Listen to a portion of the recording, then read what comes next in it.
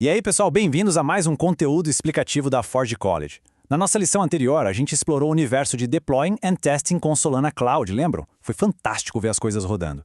Mas agora chegou a hora de darmos um passo crucial na nossa jornada de desenvolvimento Web 3.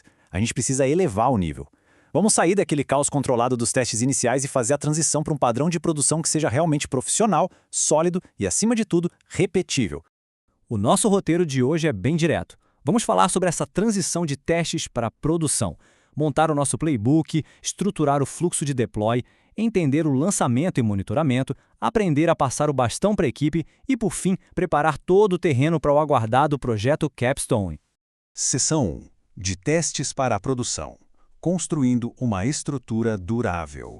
Sabe aquela sensação incrível quando o deploy roda perfeitamente? É uma baita vitória. Mas cá entre nós, o que funciona como um experimento ali na hora simplesmente não se sustenta no longo prazo. A gente precisa transformar essas escolhas isoladas, essas decisões ad hoc, em práticas de projeto realmente estáveis. E o que isso significa na prática? Significa ter convenções de nomenclatura consistentes, notas de release impecáveis e os famosos runbooks. A beleza de criar esses artefatos é que eles tiram um peso gigante da nossa cabeça. Eles reduzem a carga cognitiva, evitando que o time de desenvolvimento perca um tempo valioso repetindo processos de tentativa e erro toda vez que rolar uma atualização. Seção 2. O playbook de produção. O modelo mental do teatro. Para entender bem como gerenciar tudo isso, eu adoro usar um modelo mental super interessante e até divertido. Pensem no deploy como se a gente estivesse montando uma peça de teatro ao vivo. Essa analogia encaixa perfeitamente na Solana Cloud. O nosso roteiro é o binário do programa e o IDL, que exigem que a gente anote exatamente a versão e o commit. O nosso palco é o container de runtime, onde a gente registra a imagem e as variáveis. Os ensaios são os pipelines de CI/CD, uma integração contínua que, aliás, a gente vê o tempo todo nas trilhas de aprendizagem da Ford College. A reação da plateia, o nosso feedback, são os logs e as métricas. E, claro, se der um incêndio no teatro, a gente aciona a cortina, que é o nosso plano de rollback. Cada elemento tem uma função vital para o espetáculo não parar. Mas prestem muita atenção neste ponto. O nosso objetivo aqui não é criar uma burocracia engessada. Ninguém gosta de se afogar em papelada inútil, certo? A ideia é ter um conjunto bem compacto e leve de decisões duráveis. A gente quer criar um rastreamento que seja fácil de automatizar para que todo mundo continue focado no que importa, construir código incrível e inovar. Seção 3. Fluxo de deploy estruturado. O grande dia da estreia. Agora, vamos para os passos práticos. O que precisa estar 100% garantido antes da gente abrir as cortinas para o público? Pular o checklist de pré-deploy é literalmente como um ator que esquece todas as falas no meio do palco. Então, anotem aí. Primeiro, confirmar que a build é reproduzível. Segundo, criar as tags de versão semântica. Terceiro, rodar testes de integração completos lá no ambiente de staging. Quarto, armazenar os artefatos de forma imutável. E quinto, gerar o arquivo JSON de metadados. Se a gente pular isso, o sucesso da estreia fica dependendo puramente da sorte. E a gente não quer isso. E para minimizar qualquer risco do cenário desabar na nossa cabeça, entra o conceito maravilhoso de lançamento canário, ou Canary Release. Pensando de um jeito bem prático, é como deixar só um grupinho da plateia entrar mais cedo no teatro para assistir a uma cena e ver se tudo funciona. Em termos técnicos, a gente publica o runtime para um pequeno subconjunto de tráfego antes de liberar para todo mundo. Assim, a gente valida os fluxos críticos sem expor o sistema a um risco gigantesco.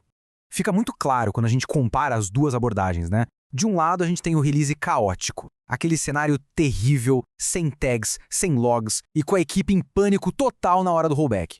Do outro lado, a gente tem o release estruturado, com tags semânticas organizadas, rollout canário inteligente e os gatilhos de rollback muito bem definidos. Esse tipo de estrutura traz aquele equilíbrio perfeito entre conseguir desenvolver rápido, mas mantendo a segurança lá em cima. Seção 4. Lançamento e monitoramento. Lendo a reação da plateia. O show já começou, mas colocar no ar não basta. A gente precisa ativamente ler a reação da plateia. Como o sistema está se comportando com tráfego real? É aí que entra a verificação pós-deploy.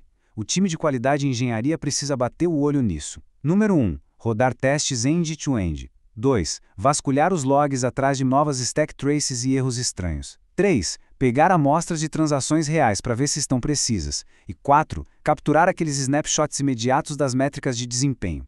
Mas e se os números começarem a piorar? É para isso que existem os gatilhos de rollback, o momento exato de fechar a cortina. Não pode ter hesitação aqui, gente. Se um fluxo crítico de usuário quebrar, se o sistema disparar erros sem parar por um tempo definido, se pipocarem panics não capturados ou se a latência subir além do limite aceitável, a gente aperta o botão vermelho. O plano de contingência tem que ser imediato. É isso que salva o projeto de um desastre. Seção 5. Passando o bastão. Preparando o substituto. Bom, o lançamento estabilizou. Ufa, acabou, certo? Errado. Engenharia de software é um esporte de equipe. Imaginem que um colega, como um ator substituto, precise assumir a operação amanhã.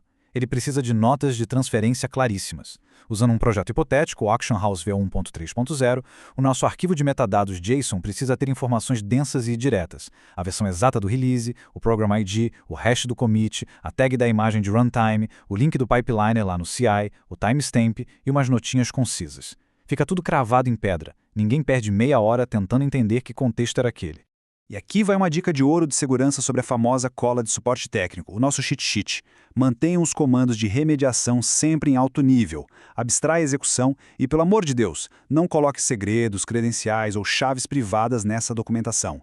A segurança dos fundos no universo Web3 é sagrada e nunca pode ser comprometida só para facilitar a vida da equipe, beleza? Seção 6. Preparação para o capstone. O ato final. Tudo que a gente bateu papo até agora, cada artefato reproduzível, cada metadado, é o treinamento de elite para o nosso grande momento, o projeto Capstone. E a pergunta que não quer calar é essa: como garantir que a análise de desempenho e do consumo de gás não vire um puro jogo de adivinhação? Tentar descobrir o porquê de uma versão estar mais lenta que a outra sem ter um histórico bem estruturado, olha, é o pesadelo de qualquer auditoria de sistemas. A resposta é reta e direta. Registre os artefatos exatos no momento do release. Sem as tags de imagem certinhas, sem os hashes de commit ou sem os resultados dos testes salvos de forma imutável, fazer uma análise técnica séria para o capstone é literalmente impossível. É isso que separa o amador do profissional. E para fechar com chave de ouro, eu deixo essa provocação para vocês. A equipe está realmente pronta para apresentar um playbook impecável no projeto Capstone? Começar a documentar os arquivos de metadados agora de forma consistente é o que transforma o trabalho de hoje em uma análise super tranquila e precisa lá na frente. Se vocês quiserem dominar essas táticas de nuvem e explorar tudo sobre desenvolvimento Web3, não deixem de acessar o site Forge.college. Muito obrigado por acompanharem mais este conteúdo explicativo da Forge College. Continuem construindo e até a próxima!